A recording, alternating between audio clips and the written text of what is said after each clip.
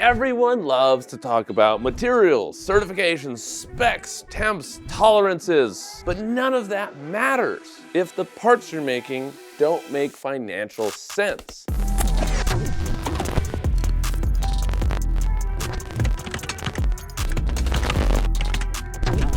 At the end of the day, manufacturing lives and dies on part economics, and Airbus is the perfect real-world example. Airbus is printing certified production parts for aircraft like the A320, the A350, the A400M, and they're producing more than 25,000 flight-ready 3D printed parts per year. And they've got over 200,000 certified polymer parts already in active service. That's not hype, that's production scale. And if you're watching this because you're evaluating industrial 3D printing for your business, this is exactly why at VisionMiner we build systems like the 22IDEX V4 to make high-performance polymer printing practical, repeatable, and profitable. Because once you understand the economics at the part level, the printer stops looking like a science project and it starts looking like a serious financial weapon for your business.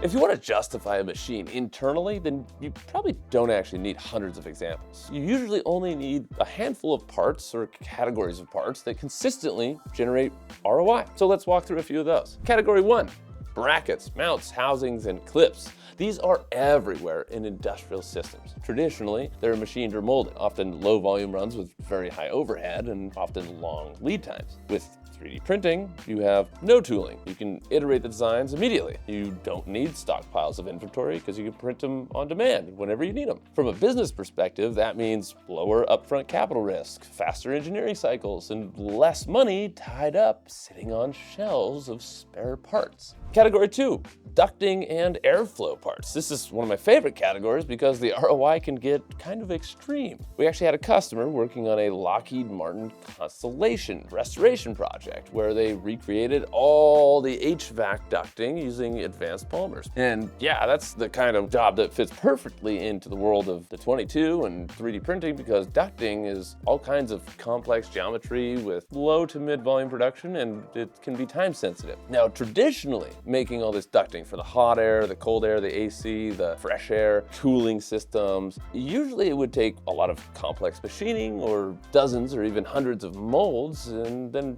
usually a huge amount of assembly labor, right? Let's do a conservative tooling cost breakdown. Let's just say it's $5,000 per mold. That's pretty low, it's probably more, but let's just say $5,000 a mold. Now, if you need 100 different unique duct sections, the different geometries, then you're already looking at $500,000 in molds, just molds. Before you even start making the parts, that's just the molds. Now, if you have a industrial high temperature 3D printer, then you can do a couple different things. You can actually consolidate multiple parts into single parts. That reduces assembly, and then you eliminate all the tooling, no more molds. You're just making the part. You can reduce the weight by making it slightly different or more efficient or thin wall or whatever it is. You can remove failure points because you can actually design and iterate. And you can also produce the parts faster than it would take to make the molds, etc., and do everything. So that's real money, that's real time, that's actually operational leverage. Category 3, service and spare parts. Now this is where the executives really start paying attention. Traditional spare parts strategies generally require warehousing, inventory carrying cost, obsolescence risk, minimum order quantities or MOQs, and dependency on suppliers. Now, every spare part that's sitting on a shelf is literally capital that isn't doing anything productive. With additive manufacturing, you maintain a digital inventory, which doesn't take up shelf space. You can print parts just when you need them instead of making 100 in the first run to get the part cost low enough to where it makes sense and then storing them on a shelf. You can eliminate the MOQs because you can make as many as you need at the time. And you can produce closer physically to where the parts are actually required. Now this is interesting because a lot of parts require specialized machinery and specialized tooling, giant molds, big ovens, and well, you gotta go to a place that's already got that installed to make it. With a 3D printer, open the box, set up the printer, start making parts. And that's exactly the kind of value that Airbus is calling out.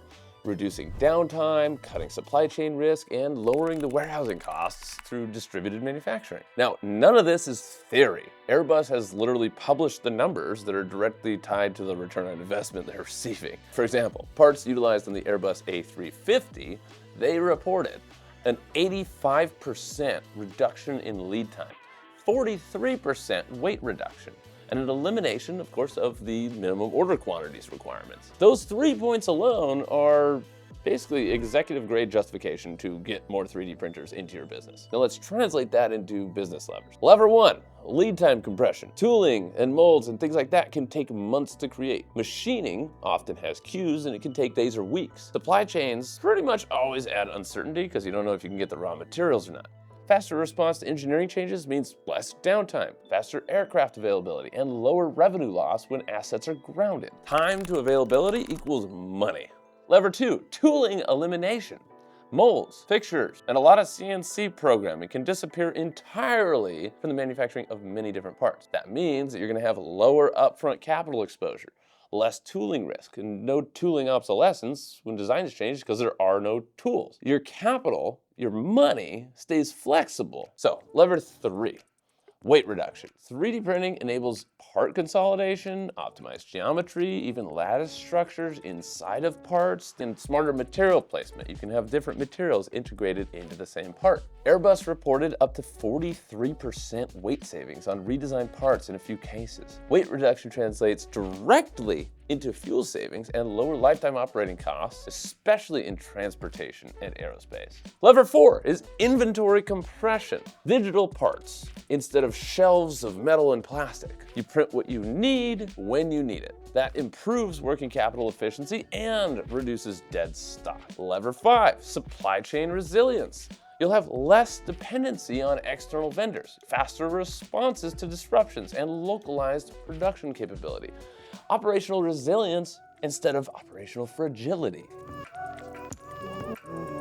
Now, why is ULTEM 9085 such a big part of this? This doesn't work with just any plastic. ULTEM 9085 or PEI 9085 or polyether imide is widely used in aerospace because it's strong, it's lightweight, and it's flame retardant, including that UL94 V0 FST rating. A little bit of clarity on what that actually is. So ULTEM 9085 is a polyether imide based material. It's not pure ULTEM. In the aerospace grade family, it's commonly described as PEI and a polycarbonate blend. So basically PEI and PC in the formulation for a balance of performance and processability. From a business perspective, here's what that means. It's predictable in production, it scales well, and it's got consistent behavior in real workflows, which minimizes surprises. And that's what you want when you're building real manufacturing. Now, you could always outsource it, but why does owning your own 3D printer change the economics of this whole thing? Because outsourcing comes with a lot of real friction. You've got long lead times. You've got markups on parts that may or may not make sense. You've got delays in the queue to somebody else's project. You've got slow iteration because you got to go back and forth with the shop all the time. You have limited control on how it's actually being done, and you're trusting them to do it. And of course, you're exposing your intellectual property, which may or may not be a concern. But when you have your own production capability, then most of the time, lead times collapse, often down to practically nothing, because you got the machine there, and you're like, I need this part. Set it up. You can do iteration. Iteration becomes almost immediate. Costs will stabilize more internally because you're not paying for the markups of the other company that's making it for you. Innovation cycles accelerate because people, engineers and stuff at your business may see, ooh, we could make this a little better. Can we do that tomorrow? Yes, you can. And because these workflows are pretty much mostly automated, engineering talent is used more efficiently. The printer's running, they can do other stuff with their time. So the printer is not like a cost center. Oh, this thing's gonna cost a ton of money to have. It's actually a throughput accelerator and a risk reducer. It's gonna make you money when you put the right parts into it. Now, how does this scale beyond aerospace? Well, simple. If the math works for Airbus, it's gonna work for defense, automotive, industrial equipment, energy, solar, robotics, oil and gas, mining, tooling, manufacturing operations, you name it. It's got the same part economics, just at a different scale. At Vision Miner, this is exactly where we operate. We specialize in production additive manufacturing, high temperature systems, process discipline, application consulting. Our 22IDX V4 is built for exactly this class of work: high temp polymers, real workflows, and real uptime. We qualify customers carefully. We don't oversell machines. We actually take time to make sure the application makes sense financially and operationally for the business that we're talking to. Sometimes that means recommending a smaller platform. Sometimes it means recommending a larger industrial system. And sometimes it actually means telling a customer that they shouldn't buy anything yet. Our goal is simple. We want to help customers achieve return on their investment as fast and as safely as possible. After nearly a decade in this niche, we've seen what works and what doesn't, and we're here to help transfer that knowledge to you and your business. Parts drive return on investment. Return on investment drives adoption, and once the economics become obvious, then additive stops being used as a tool. It becomes infrastructure. If you found this video useful, drop me a comment below and let me know what types of parts you'd like us to break down next or you would print on a machine like this. But thank you so much for watching. Have a positive rest of your day, and I'll see you on the next video.